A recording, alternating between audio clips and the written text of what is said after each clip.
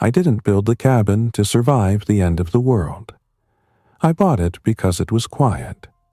It sat back in the folds of the Appalachians, where West Virginia turns into long ridgelines and deep hollows, where the roads narrow into two-lane blacktop and then into gravel, where the map starts showing more creeks than streets. The deed called it a seasonal residence. The county tax records called it improved land. My friends called it my midlife crisis, even though I was only in my early 30s. To me, it was a reset. I had spent 10 years in Northern Virginia, commuting into a job that paid well, and left me feeling like I'd traded my spine for a badge and a parking pass. I wasn't important enough to be a decision maker, and I wasn't invisible enough to feel free. I was stuck in the middle, a project coordinator for a subcontractor that did building systems, generators, electrical panels, fire suppression controls, access systems. I knew how buildings breathed. I knew how they stayed alive when everything else went wrong. I also knew how fragile normal really was. When my aunt passed, she left me a small chunk of money and a handwritten note that said, "Go somewhere you can hear yourself think." I started looking at cabins that same week. The one I bought was about 40 minutes east of Elkins, tucked near the Monongahela National Forest. The realtor's listing photos had the usual charm. A porch swing, a stone chimney, a creek, just steps away. The cabin itself was an old timber frame place with a newer metal roof and a rough gravel drive that climbed off the county road. It smelled like pine and old smoke the first time I walked in. What the listing did not mention, what nobody mentioned, was the secret. I found it on day 2, while I was moving a battered oak bookshelf away from the back wall to paint. The shelf scraped, the boards complained, and then the whole thing shifted a little too easily, like the wall behind it wasn't solid.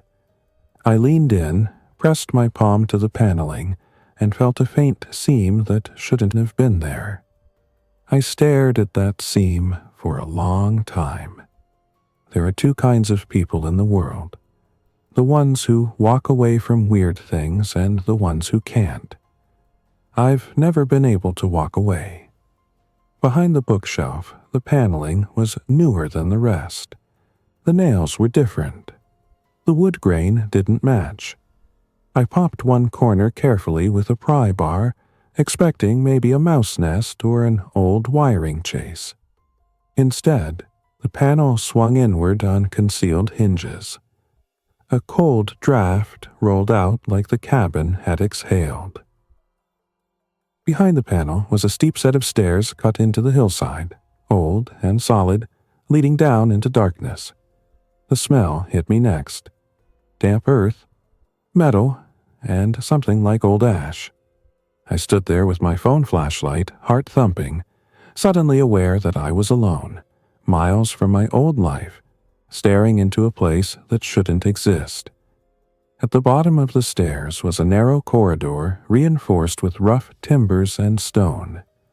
It felt like a root cellar that had been stretched, extended, made into something more deliberate.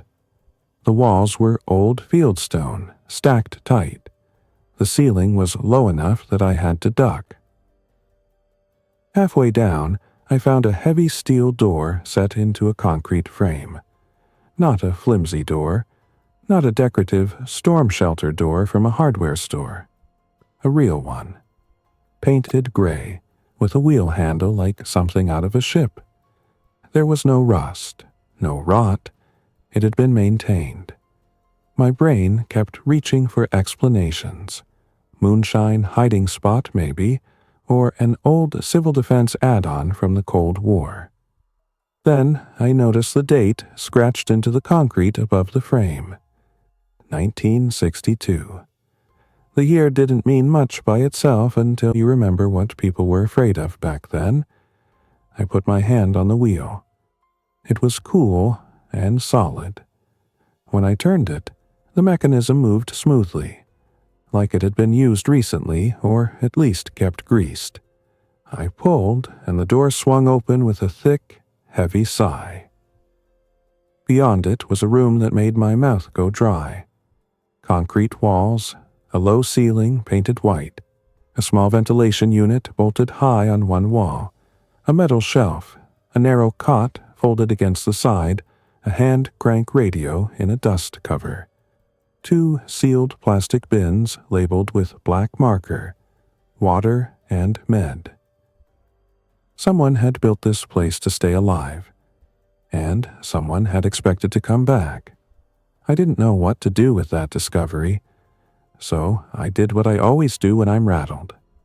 I made a list. First, inspect the structure. Second, check the ventilation. Third, see if it was safe. By the end of that week, the cabin wasn't just my quiet retreat anymore. It was a project. Not a fantasy bunker, not a doomsday shrine, not the kind of thing you see online with dramatic music and staged hero shots. A practical space. A hidden, reinforced shelter inside a cabin with a secret, built by someone who'd lived through the kind of fear that makes you pour concrete underground. And I was the kind of person who understood systems well enough to make it better. I told myself it was for storm season. I told myself it was for safety. I told myself a lot of things. None of them mattered when the alert started. It began like everything begins now, with a notification. A news banner on my phone while I stood in the kitchen trying to figure out why the cabin's old propane stove took so long to light. CDC investigating cluster of violent illnesses. Ohio River Valley. I tapped it once, skimmed a paragraph, and shrugged. Violent illness could mean 100 things. Drugs, psychosis, contaminated water, mass panic. Then, the next day, the banner was back. Hospitals overwhelmed. State of emergency requested. Then, it wasn't just Ohio. It was western Pennsylvania. Parts of Kentucky. Handful of strange incidents in Maryland. The anchor voices got tighter, the smiles thinner. Officials used careful words that tried to step around the obvious. They said aggressive behavior. They said unknown pathogen. They said avoid contact with bodily fluids, and when they said that, my stomach sank in a way I didn't like. I'd worked enough job sites to know how dangerous contamination was. Not the dramatic kind, the quiet kind. The kind that spreads because people think it's probably fine. On day 4 of the headlines, I drove into Elkins for supplies. I told myself I needed paint, more caulk, some screws for a shelf. I came out with more than that. Canned food, bottled water, a first aid kit, a hand crank flashlight, extra propane for the grill. A couple of 5-gallon fuel cans because I had a small generator at the cabin for power outages. Not because I thought the world was ending, because the news was giving me that itchy feeling between my shoulders, the one that says, pay attention. In the hardware aisle, I watched people argue over the last cases of batteries like it was Black Friday. That should have been my sign. By the time I got back up the mountain, there were helicopters moving along the valleys in the distance. I'd see them above the tree line, low and purposeful, then gone. That night, the cell signal went weak and weird. Texts wouldn't send. Calls dropped mid-ring. At 2:17 in the morning, my phone lit up with a shrill tone I hadn't heard in years. An emergency alert. Not a weather warning. Not an Amber Alert. A full-screen message with blocky official wording. Emergency alert. State of West Virginia. Shelter in place immediately. Avoid contact with infected individuals. Do not travel. Await further instructions. The phrase infected individuals sat in my chest like a weight. I got out of bed, bare feet on the cold wood floor, and stood in the dark cabin listening. Outside, the forest was still. No wind, no insects, no distant cars. Just the deep silence of a hollow at night. I walked to the window and looked down toward the county road. Nothing. Then, far off, a sound carried up the ridgeline. A single gunshot.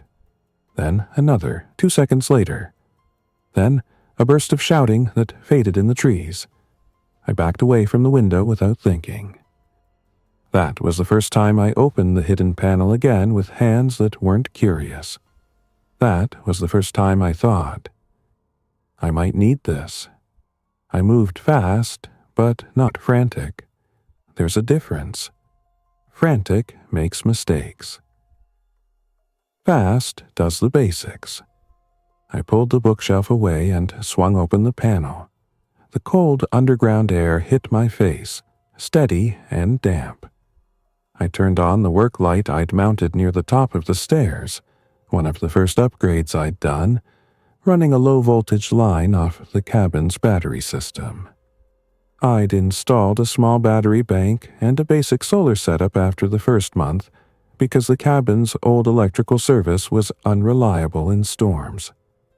Not a massive setup, just enough to keep lights on, charge devices, run a small radio. I went down the steps and checked the steel door. Wheel handle, sealed tight, no signs of moisture leak. Good. Inside the shelter, the old bins were still there, but I'd added my own. Food, water, a few spare clothes, toiletries, spare flashlight, a small tool roll. I'd also installed a simple air intake filter on the ventilation line. Not a magical, everything-proof system, just a practical particulate and odor filter meant to keep dust and smoke down if a wildfire rolled through. I sat on the cot for a moment, listening. The cabin above me creaked once as it settled. My phone had 1 weak bar of service. A text came through from a number I didn't recognize, sent as part of some group message. Lock your doors, they don't stop. No name, no context, just that. Then nothing. I stared at the screen until it went dark again. That morning, I did what I always do when the world stops making sense. I built a routine. Wake. Check outside through cracks in the blinds. Listen. Check supplies. Charge what I can. Check the radio. Make decisions based on what's real, not what I hope. By noon, the county road had traffic, too much for this area. Cars moving in both directions, some fast, some crawling, a pickup with mattresses tied down, a minivan with a shattered rear window covered in plastic. Twice I saw people walking. Not hikers, not locals heading to a neighbor's place. People carrying bags, looking over their shoulders, moving with the stiff urgency of animals that know they're being hunted. I didn't open the door for anyone. That's a hard thing to admit, but it's true. Not because I didn't care. Because the alert said infected, and I didn't know what that meant yet. And because the cabin's biggest advantage was that no one knew what it really was. If you've never lived in a rural area, it's hard to understand how quickly isolation becomes a wall, how it can protect you and trap you at the same time. On day 2, after the alert, the power went out across the valley. Not just my cabin. I could tell because the distant glow of Elkins was gone at night, the horizon swallowed by dark.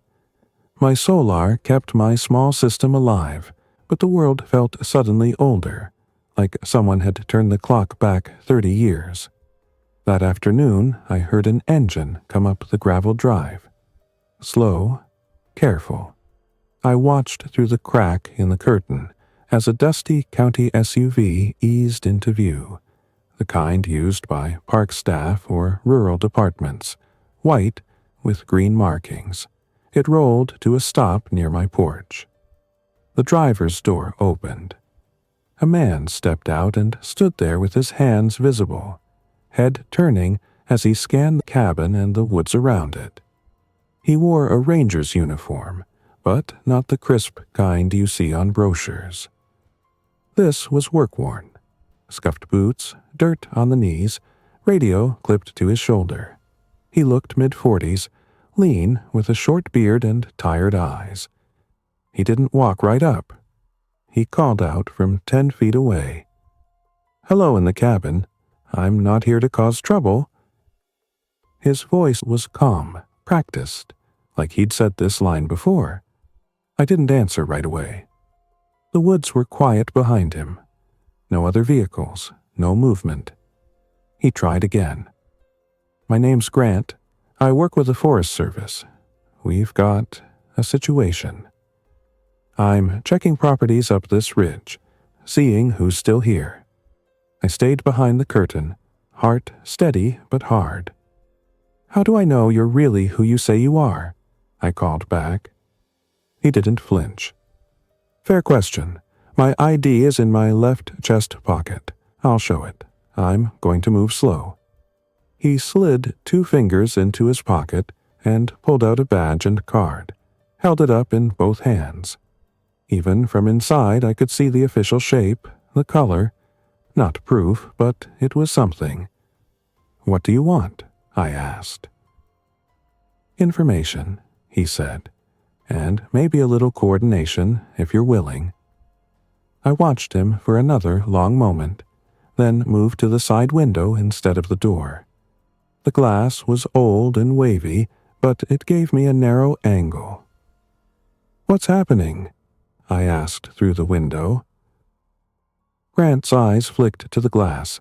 He spoke toward it without stepping closer. "It's not riots," he said. "Not drugs, not like that. People are getting sick, fast. They're not themselves. They bite. They grab. They don't stop, even when they're hurt." My mouth went dry. He continued, voice measured. "I don't know the exact cause. I just know what I've seen. We've got pockets of it in towns. We've got it on highways. And we've got folks running into the woods thinking they can hide." "Can they?" I asked. He gave me a look that said he didn't enjoy his own answer. "Some can," he said. "Some bring it with them. Some get followed." A sound drifted up from the road below, distant yelling, then a hard crack like something hitting metal. Grant's head snapped toward it.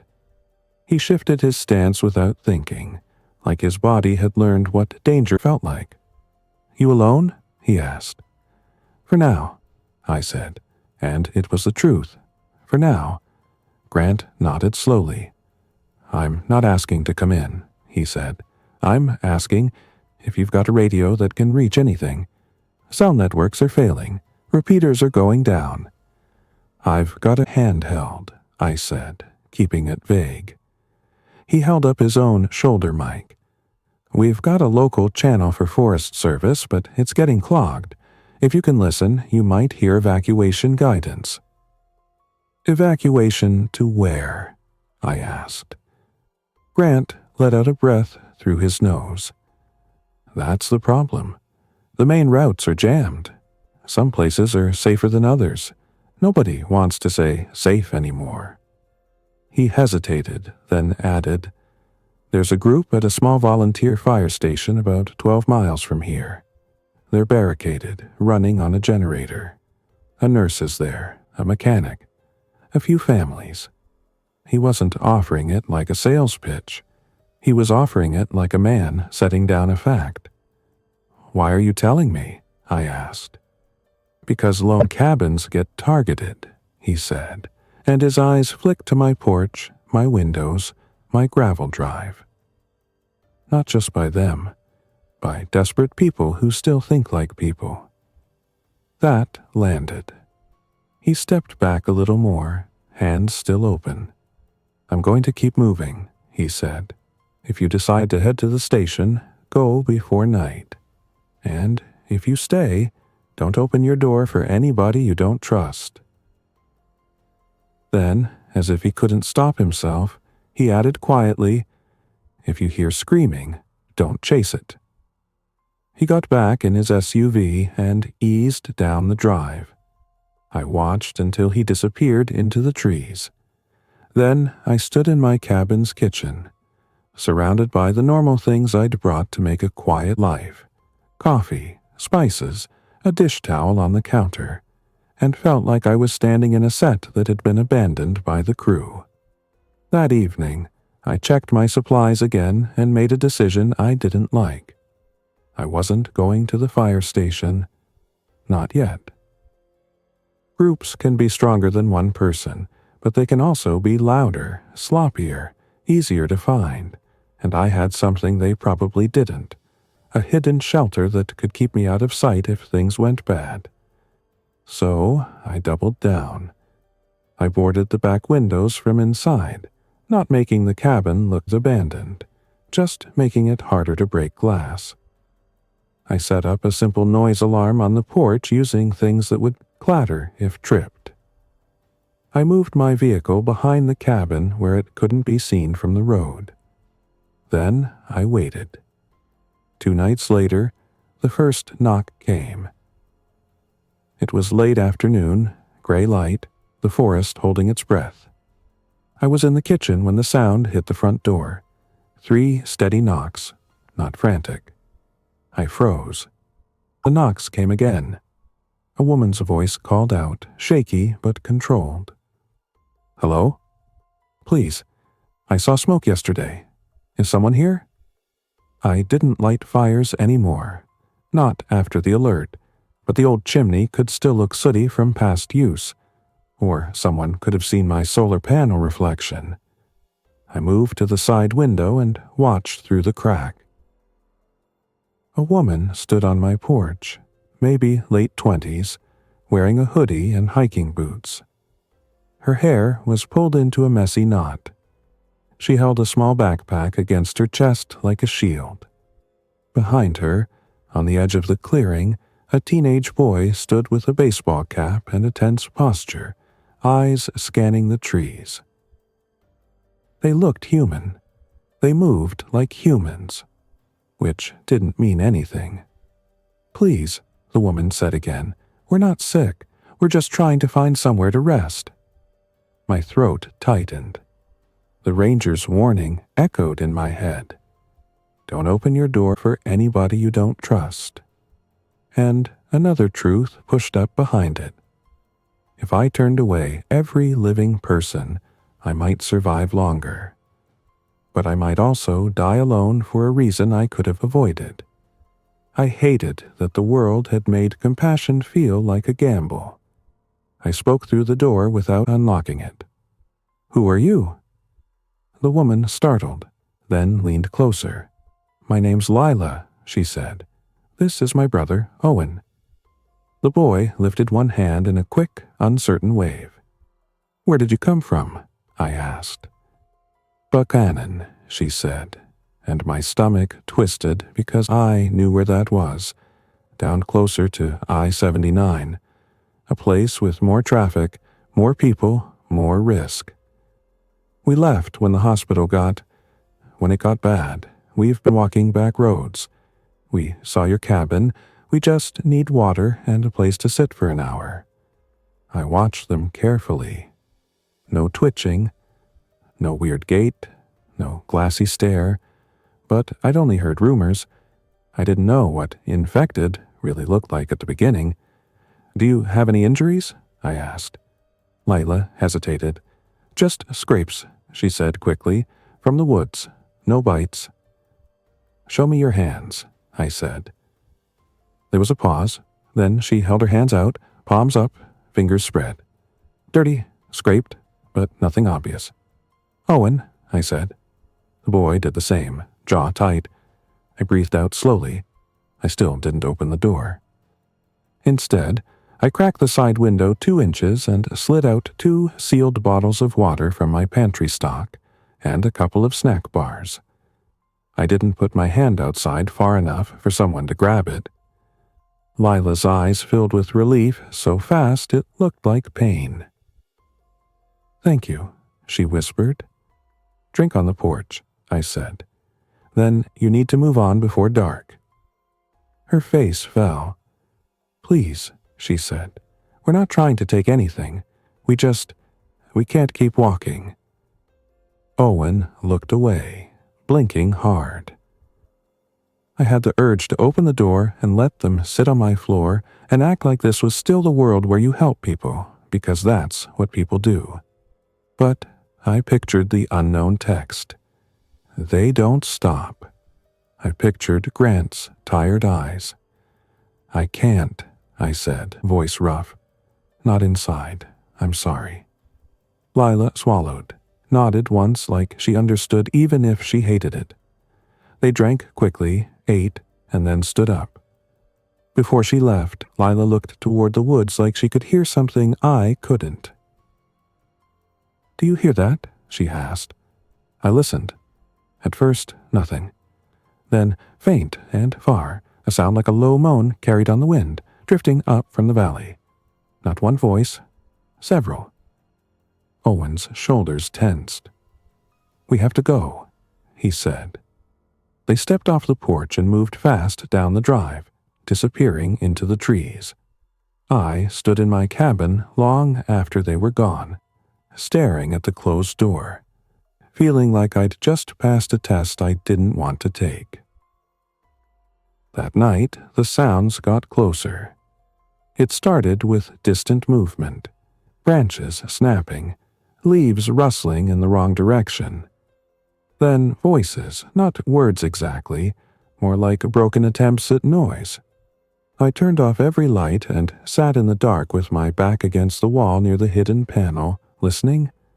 The porch alarm clattered once, metal tapping metal, soft but unmistakable. I held my breath. Another clatter.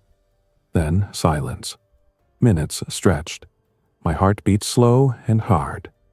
Then there was scraping at the front steps. A weight shifting. Something bumping against the door. Not a polite knock. Not a person.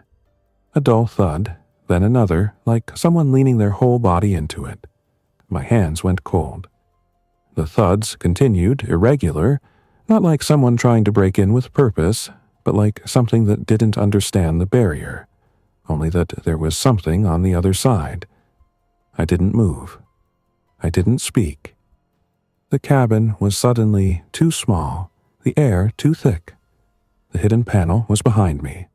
I slid backward on the floor, slow and quiet, and pulled the bookshelf just enough to reach the seam. The door thudded again, harder. A low, wet sound came from outside, an ugly, breathy groan that wasn't pain and wasn't language.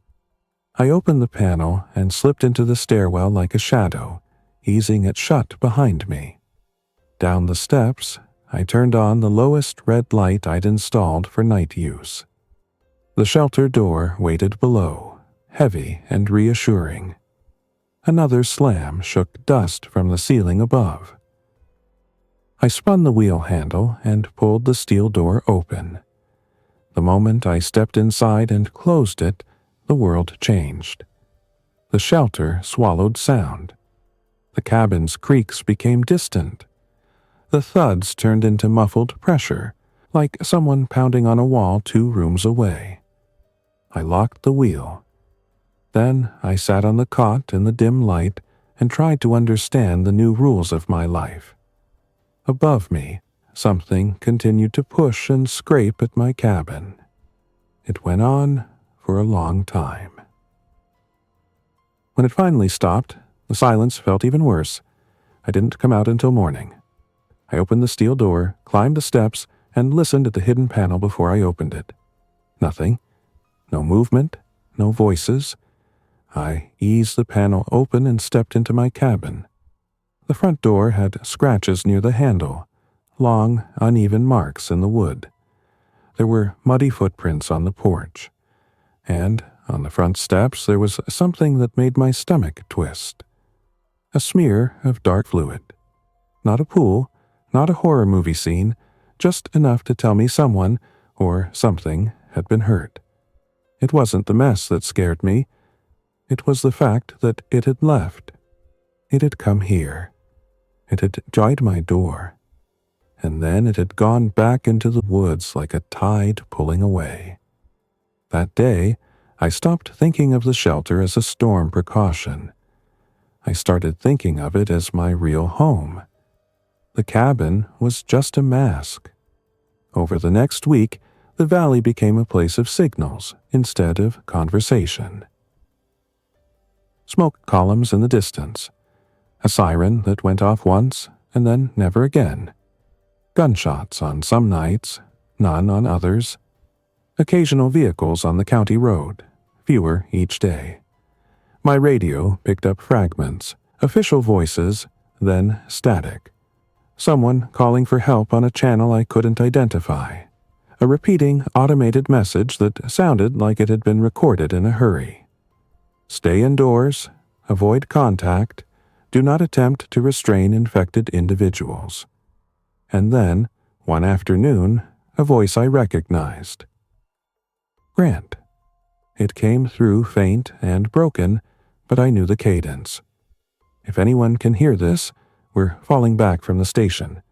They breached the south door. Repeat, they breached. We're heading toward... Static swallowed the rest. I stood in my kitchen with the radio in my hand, staring at nothing. The volunteer fire station had fallen. The nurse, the mechanic, the families. I didn't know if they'd made it out or if the message had been his last attempt. Either way, the nearest organized group was gone, which meant the woods were going to fill with people. The kind who still thought like people, hungry and desperate, and the kind who didn't. That night, I heard an engine climb the road and stop below my driveway. Headlights swept through trees but didn't turn up my drive. Someone was looking. I waited in darkness, breathing slow, finger on the switch that controlled the small porch light, keeping it off like my cabin was empty. Voices carried up, harsh whispers. Could be here, a man said. Or it's a trap, another voice replied. A third voice, younger, said, I saw a panel on the side when we walked by last week, like it was opened. My blood ran cold. They weren't infected. They were observant. They were talking about my secret. I realized then that Lila and Owen hadn't just come for water. They'd looked at my cabin. They had noticed details. They'd carried that knowledge into the woods. Maybe they hadn't meant harm. Maybe they'd told someone in desperation. Maybe someone had followed their trail and picked up their words. However it happened, the result was the same. My hidden advantage was becoming known. And once people know you have something, they don't stop wanting it. I made another decision that night, sitting on the shelter cot with the radio hissing quietly. I couldn't just hide and hope. I needed information. I needed allies, or at least a way to reduce the number of threats that could reach my door. So, at dawn, I did something that felt like stepping off a cliff. I left the cabin. I wore muted clothes, packed light, and moved through the trees above the county road where I could see without being seen.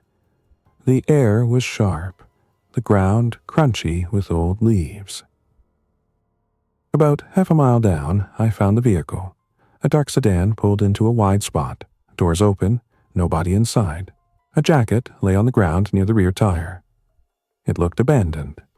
Then I smelled it. A sour, wrong odor, like rot mixed with wet soil. I froze. From the ditch beyond the car, something moved. A figure rose slowly, unsteady, like a person standing up after a hard fall. It was a man in a flannel shirt, dirt smeared across his face, eyes unfocused. His mouth hung slightly open. He turned his head toward the woods, toward me, and I understood, in the most basic animal part of my brain, that he hadn't seen me like a person sees. He'd sensed me. The man took one step, then another, moving toward the tree line with a dragging urgency. Not sprinting, not clever, just persistent. I backed away without making a sound, heart hammering. The man reached the trees and moved into them, pushing through brush without flinching at thorns. Behind him, another shape rose from the ditch. Then another. 3 of them. All moving in the same direction. I didn't run. Running makes noise, makes panic, makes you trip. I moved sideways through the trees, keeping distance, watching them pass. They weren't looking at the car. They weren't searching. They were drifting towards something they wanted, like moths toward light. I stayed above them and followed at a safe distance, using the slope and the undergrowth as cover. They moved for 10 minutes, then 15, weaving through trees. And then I saw what they were heading toward. A small camp tucked near a creek bend. A tarp stretched between saplings, a little fire pit cold and black, a few bags. 2 people were there, a man and a woman, both standing rigid, holding long tools as if they'd been grabbed in panic. They were watching the trees like they were waiting for something. They didn't see the infected until it was too late. I couldn't hear their words, but I saw the moment the woman's face changed, saw her mouth open in a shout. The man swung his tool, more defensive than effective. The infected kept coming, arms out, heads tilted, that same broken hunger. The couple backed toward the creek. The woman slipped on wet stones, went down hard. The man tried to pull her up. The infected reached them. I looked away for a split second, not wanting to see too much, not wanting those images burned into my head. But I couldn't ignore the reality. This is what happens when you camp like it's a storm. This is what happens when you don't have walls. I didn't charge in. I didn't play hero. I stayed hidden and waited, sick to my stomach, until the sounds stopped. Then I watched the infected wander off again, drifting aimlessly as if their purpose had been satisfied. When the woods went quiet, I forced myself to look back. The camp was torn and scattered. The man was motionless. The woman wasn't. She sat up slowly, movements wrong, like the strings in her body had been pulled tight. She turned her head toward the trees, toward where I hid. I didn't breathe. Then she stood and began to move, dragging one foot slightly, following the faintest trace of sound or scent. That was when the truth finally became a shape I could hold. This wasn't a riot. This wasn't a short-term emergency. This was a world where the dead didn't stay down, and the living didn't get second chances. I backed away and made my way home by a longer route, staying high and careful. When I reached the cabin, I didn't go inside right away. I circled, checking the porch, the windows, the ground near the drive. That's when I saw the new tracks. Fresh footprints, not mine, near the side of the cabin where the hidden panel was. Someone had been here while I was gone. Someone had stood close enough to put their hand on the seam. The bookshelf inside was still in place, but it didn't sit quite right. My pulse thudded in my ears. I stepped inside, moving slowly, and looked. The shelf had been nudged. Only an inch, maybe 2, but I knew my own cabin. I knew how I'd left it. Someone had tried to open my secret.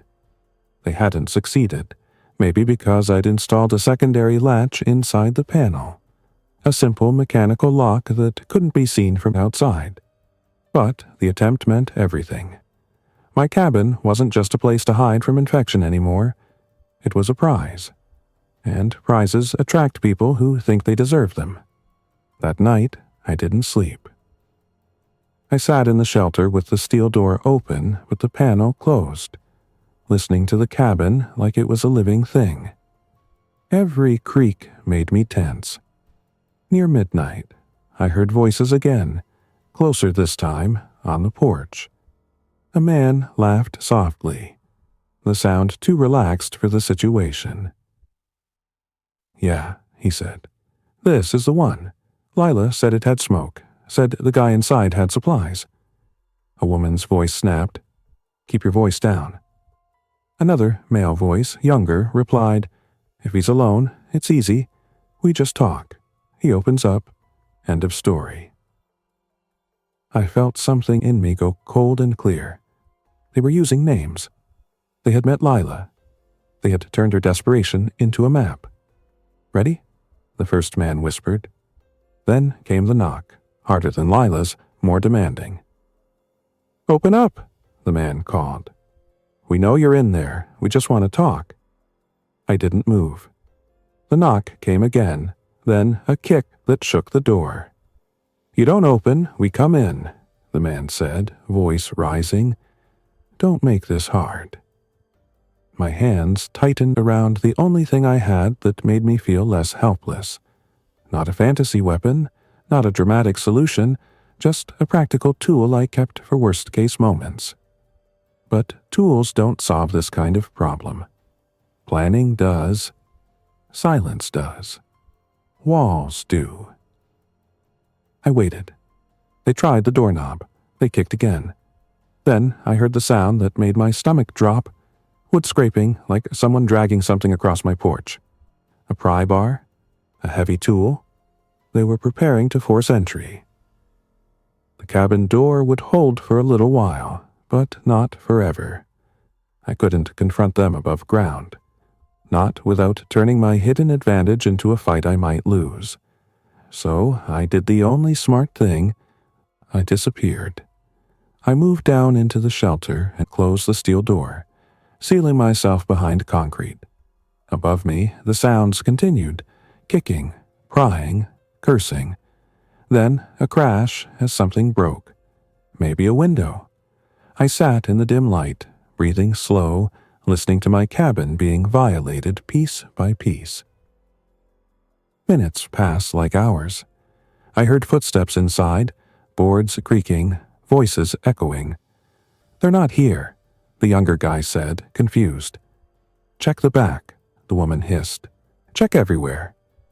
I held still, barely blinking.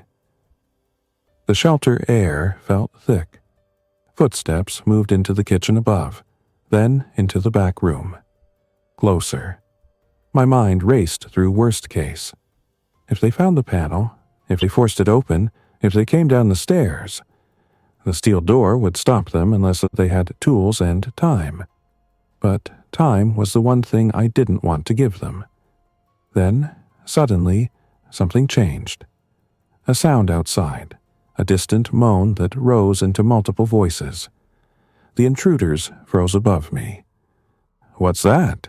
the younger guy asked, suddenly not so brave. The moans got louder, closer, like a crowd drifting through the trees. The woman swore under her breath. "We need to go. Now." The first man argued, "We're already in—" A crash cut him off, like something hitting the cabin's side. Then a long scraping sound at a broken window, followed by a wet, hungry groan that made my skin crawl. One of the infected had reached the cabin, and the intruders had left the door open. Panic erupted above me. Running footsteps, shouted curses, furniture tipping. I heard the intruders scramble out, the door slamming, then more impacts, as if bodies pressed against wood, Moans filled the air, muffled but relentless. The infected weren't smart, but they were drawn to noise and movement. And my cabin was now a beacon. I sat in the shelter, staring at the steel door, listening to the chaos, and felt a grim, ugly gratitude. The people who tried to steal from me had brought the storm to themselves. I didn't celebrate it. I didn't feel righteous. I just felt tired. The pounding went on for a long time, then slowly faded as the infected drifted away, chasing other sounds. When morning came, I waited even longer before I emerged. Upstairs, the cabin looked like a different place. A window was broken. The kitchen table had been shoved sideways. My pantry door hung open, shelves half emptied where the intruders had grabbed what they could in their rush. But the hidden panel was still closed. Still unknown, at least to them. Outside, the porch was smeared with dirt and dark streaks I didn't want to examine too closely. Down near the drive, I found something else. A dropped backpack, torn open, spilling clothes and a small photo. The photo showed Lila and Owen with an older woman, smiling in a normal world. My chest tightened. I didn't know if Lila had meant to betray me. I didn't know if she'd been pressured. I didn't know if she was alive. That day, I stopped being just a man hiding in a cabin.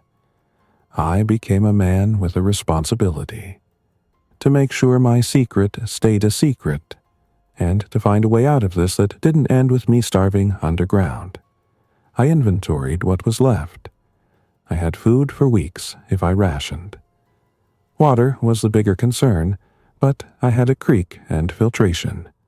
Again, nothing magical, just practical layers, boiling when I could, filtering when I couldn't. I had power in small amounts. I had a radio. What I didn't have was community. So I listened harder. For 2 days, the radio was mostly static and broken voices. On the third day, I caught something clear on a local emergency frequency. A calm female voice, steady as stone. This is WVMEDA Relay. Station set at Davis. If you can hear this, we are coordinating a safe corridor east toward the highlands. Repeat, a safe corridor east toward the highlands. Do not travel at night. Avoid main highways. If you are isolated, mark your location with static chewed at the end. Davis. That was northeast of me, up near Canaan Valley, higher elevation, fewer dense towns. It made sense as a fallback. But traveling there meant roads, and roads meant people, and people meant chaos. Still, it was the first sign of organized life I'd heard that wasn't Grant's dying message. I decided I would go. Not immediately, not recklessly. I would prepare. I spent the next 2 days making the cabin look worse than it was, more abandoned, less tempting, while making the shelter more self-contained in case I had to retreat again. I moved the remaining supplies underground. I cleaned up the obvious signs of stockpiles. I reinforced the hidden panel's inside latch and disguised the seam better with matching wood trim and dust. Then, on the morning I planned to leave, a faint voice came from outside my cabin. Not a shout, not a threat, a cautious call. "Hey," a man's voice said. "Anybody in there? I'm not here to take your stuff." I froze, hand on the bookshelf. The voice continued. "Name's Micah. I'm hurt, but I'm not sick. I just need a minute." Hurt? My mind flashed to infection, to bites, to blood. Micah's voice sounded strained, but human. I moved to the side window and peered out. A man sat on my porch steps, leaning against the rail. Mid-30s, maybe. Short dark hair, a flannel jacket. One arm held tight against his ribs and his face was pale. He looked up toward the window as if he sensed me. "I'm not asking you to open up," Micah said quickly. I'm running out of time out here." Behind him, a woman stood near the porch, holding a long tool like she knew how to use it. She wore a knit cap and a heavy coat, eyes sharp. She didn't look desperate. She looked careful. "Who's with you?" I asked through the window. The woman lifted her chin slightly. "I'm Tessa," she said. "I used to work EMS. We don't want trouble." EMS. That word carried weight in a world falling apart. "What happened to him?" I asked. Micah swallowed. "Fell," he said. "Bad, ribs, maybe more." Tessa added, "He's breathing okay, but he can't keep moving like this. We've got a small group a couple miles east. We heard this cabin was empty. We were wrong. We're not trying to take it."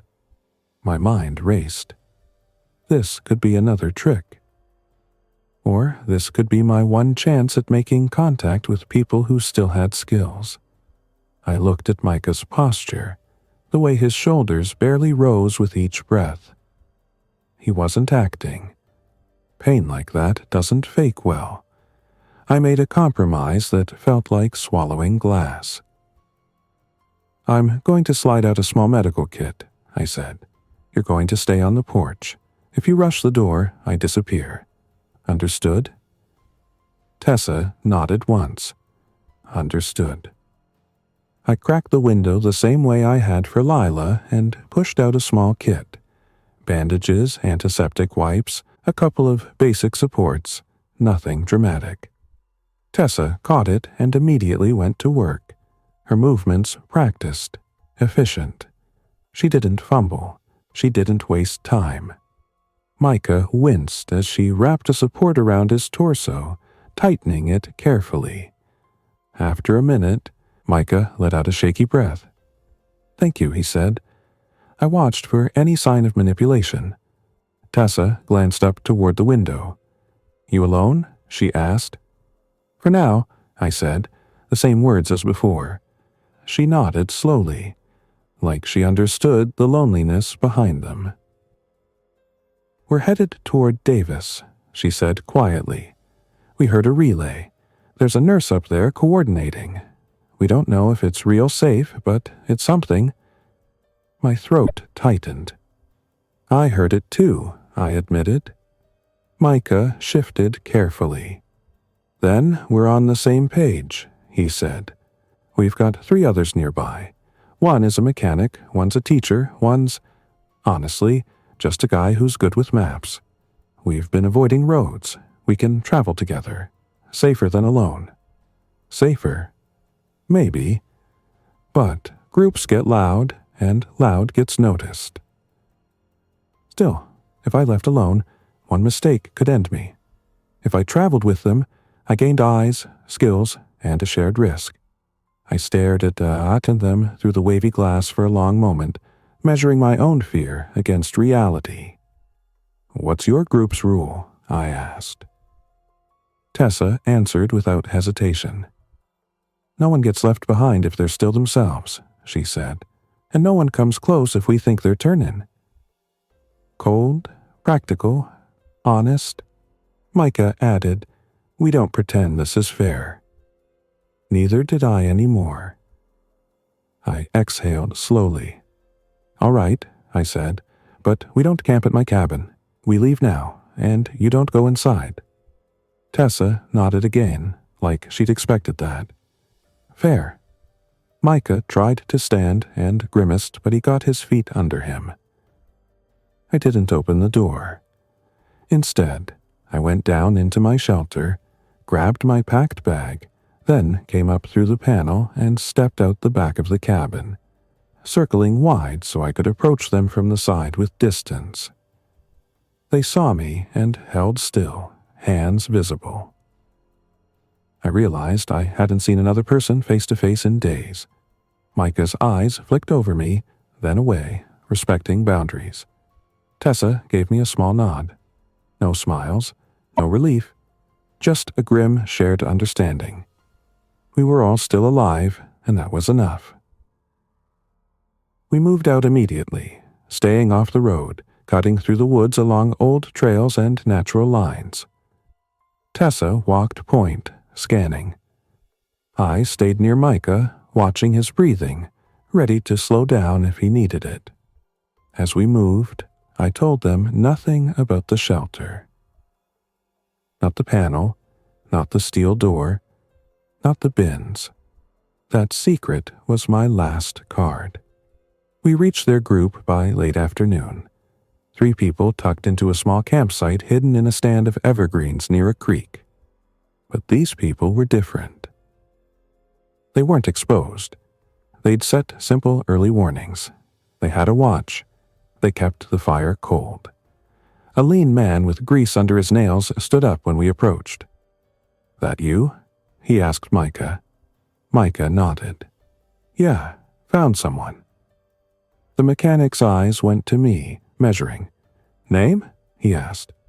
"Cal," I said, giving only the shortened version. He nodded. "I'm Javier," he said. "This is Beth and Ron." Beth was a woman in her 40s, with tired eyes and a teacher's posture. Straight spine, even in chaos. Ron was older, maybe late 60s, with a folded map in his hands and a calmness that didn't feel like denial. They didn't rush me. They didn't swarm with questions. They just made room. That night, we didn't talk much. We ate quietly, each person guarding their own thoughts. In the dark, the woods carried distant moans like wind through broken pipes. Micah lay on his side, breathing shallow, while Tessa sat nearby, keeping watch. I stared up at the trees and thought of my cabin, my hidden door, my underground room, sitting alone on the ridge like a secret waiting to be discovered again. And I realized something bitter. Even if my shelter could keep me alive, it couldn't give me a future. The next morning, we started moving toward Davis. We avoided the main highways, cutting along back roads only when we had to, watching intersections like they were traps. Twice we saw infected in the distance, wandering figures near abandoned vehicles, drawn to nothing, moving like broken machinery. We gave them a wide berth. Once we found a small group of living people on a ridge, 5 of them, armed with tools and a hunting rifle, faces hard with hunger. We didn't approach. We watched them watch us, and then we slid away into the trees like ghosts. On the 3rd day, we reached a place where the road narrowed and passed a line of abandoned cars, a jam frozen in time. Ron crouched behind a trunk and pointed. "We go around," he mouthed. We did, moving slow, stepping over brush, staying quiet. Halfway around the jam, a sound came from one of the vehicles, a soft sob. Beth froze, face tightening. In a minivan with fogged windows, a little hand pressed against the glass. A child's hand. My heart seized. Beth took one step forward, then stopped as Tessa caught her sleeve. Tessa shook her head once, jaw clenched. Beth's eyes filled, but she didn't pull away. We all stood there, silent, staring at that hand. Then a shape moved behind it, pressing forward. A face, pale and wrong, mouth open in a silent, hungry expression. Not a child. An infected adult in the van. The hand wasn't asking for help. It was bait left by accident. A leftover motion from a body that no longer understood what it was doing. Beth swallowed hard and backed away, tears sliding down her cheeks without sound. We moved on. That moment stayed with me like a bruise. By the time we reached the outskirts of Davis, the air felt different. Colder, higher, cleaner. We heard generator hum before we saw lights. A building stood ahead, a small clinic or municipal structure, with barricades and people on the roof watching. A voice called out through a loudspeaker, steady and controlled. "Stop where you are. Hands visible. Do not approach the barricade." We stopped. Tessa raised her hands immediately. "We're not infected," she called back.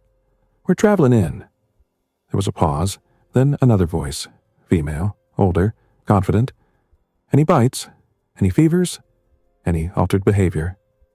"No," Tessa said. "One injury, ribs. He's stable." More movement on the roof. Then, "Stay put. We're sending 2. 2 people came out in protective gear. Not dramatic, not spacesuit style, just practical layers and face shields, carrying a small sprayer and a thermometer. They moved like people who'd done this too many times. They checked us quickly. Temperature, eyes, skin, questions. Then the older woman stepped forward from behind the barricade. She was in her 50s, hair pulled back tight, wearing a jacket that said "Nurse" in block letters, like she'd grabbed it from a volunteer closet. Her eyes swept over us. "Name?" she asked. "Cal," I said. She nodded. "I'm Marin," she said. "If you're clean, you come in. If you're lying, you don't get a second chance. Understand?" "Yeah," I said. And in that moment, as the gate opened and we stepped into a place that smelled like disinfectant and wood smoke, I felt something I hadn't felt since the alerts began. Not safety, but structure. Inside, Davis wasn't a fortress. It was a fragile pocket of people, trying to keep a corner of the world from collapsing entirely. They had rules posted on the walls. They had watch rotations. They had a generator schedule and a strict noise policy at night. They also had stories. Too many stories. People who ran out of homes, people who saw loved ones change, people who made choices they couldn't undo. I didn't tell them about my cabin shelter, not yet.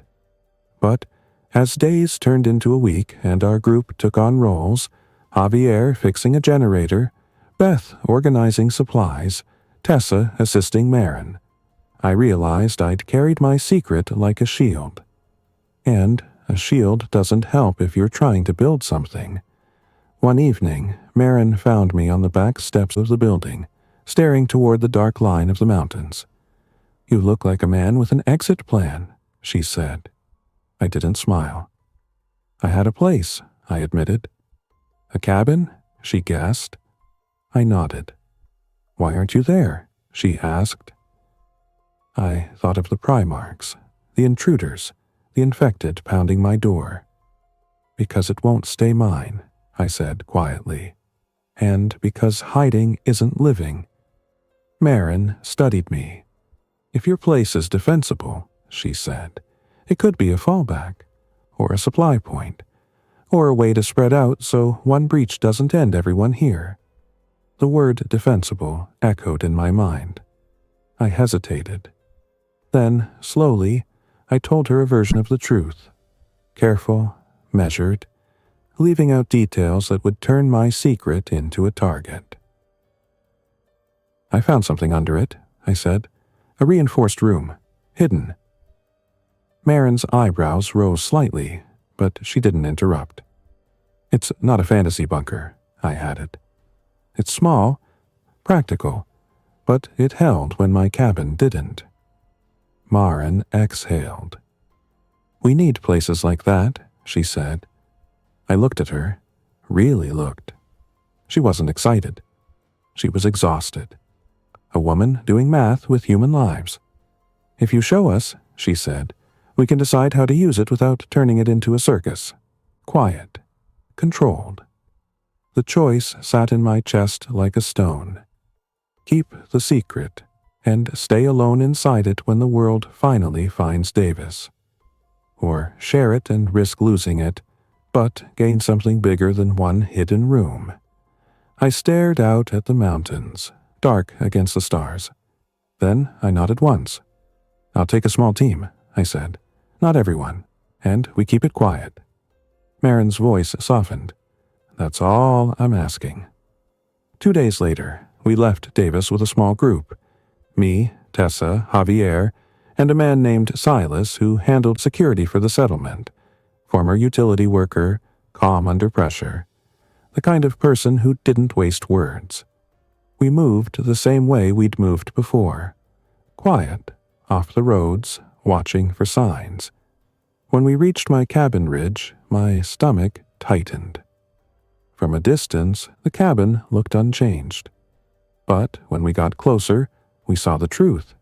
The porch rail was cracked, the broken windows still gaped, and the door hung slightly crooked. Someone had been back. Inside, it smelled stale and wrong. Silas moved through each room like a shadow, scanning corners, checking lines of sight. No one here now, he said finally, but they've been. I swallowed and led them to the bookshelf. Tessa watched me closely as I pulled it away and revealed the seam. You weren't kidding, she murmured. I opened the panel. Cold air rolled out, and for a moment the underground felt like a mouth opening. We went down the stairs one by one. At the steel door, Javier let out a low whistle. That's solid, he said. I spun the wheel, pulled it open. When the room revealed itself, concrete, white ceiling, ventilation unit, Silas's expression shifted. Not surprise. Calculation. This could save people, he said quietly. It wasn't praise. It was a statement of weight. We spent an hour inspecting. Javier checked the ventilation and nodded approvingly. Tessa examined the old supplies and my additions. Silas tested the door's seal and the stairwell choke point. It's good, he said, but if too many know, it becomes a target. I know, I said, voice tight. Silas looked at me. Then we treat it like a lifeboat, he said, not a parade. When we came back up, we froze at the sound of movement outside. Footsteps on leaves. Whispers. Silas motioned us down, but we were already at the top of the stairs, caught between hiding and being discovered. A voice spoke from the porch. Familiar. Lila. Hello? She called softly. Cal? Are you here? My heart lurched. Tessa glanced at me, eyes questioning. I moved toward the window and peeked. Lila stood there, thinner now, face drawn, eyes wide. Owen was behind her, clutching a backpack. And with them were two others, an older man and a woman I didn't recognize. Lila's voice trembled. I'm sorry, she called again. I didn't mean for those people to come. They followed us. They threatened us. We ran. Owen looked like he'd aged years. Silas leaned close to me and whispered, Your call. The world held its breath. I thought of the first time Lila asked for water, the way relief hit her face like pain. I thought of the intruders saying her name like it was a tool. I thought of the hand on the van window. And I realized the new world wasn't going to give me clean choices.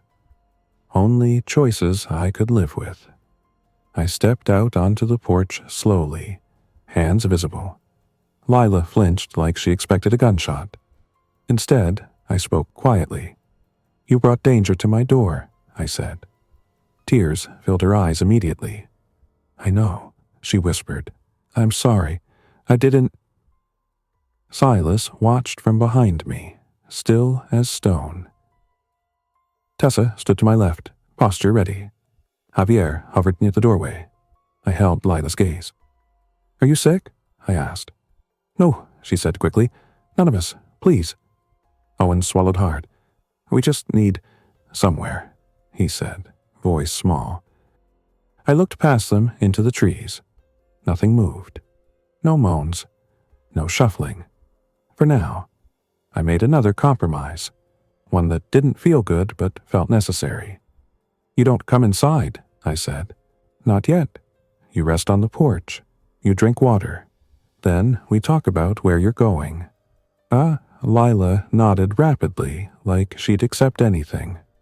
We gave them water and food, watched them eat with the hunger of people who'd burned through their reserves.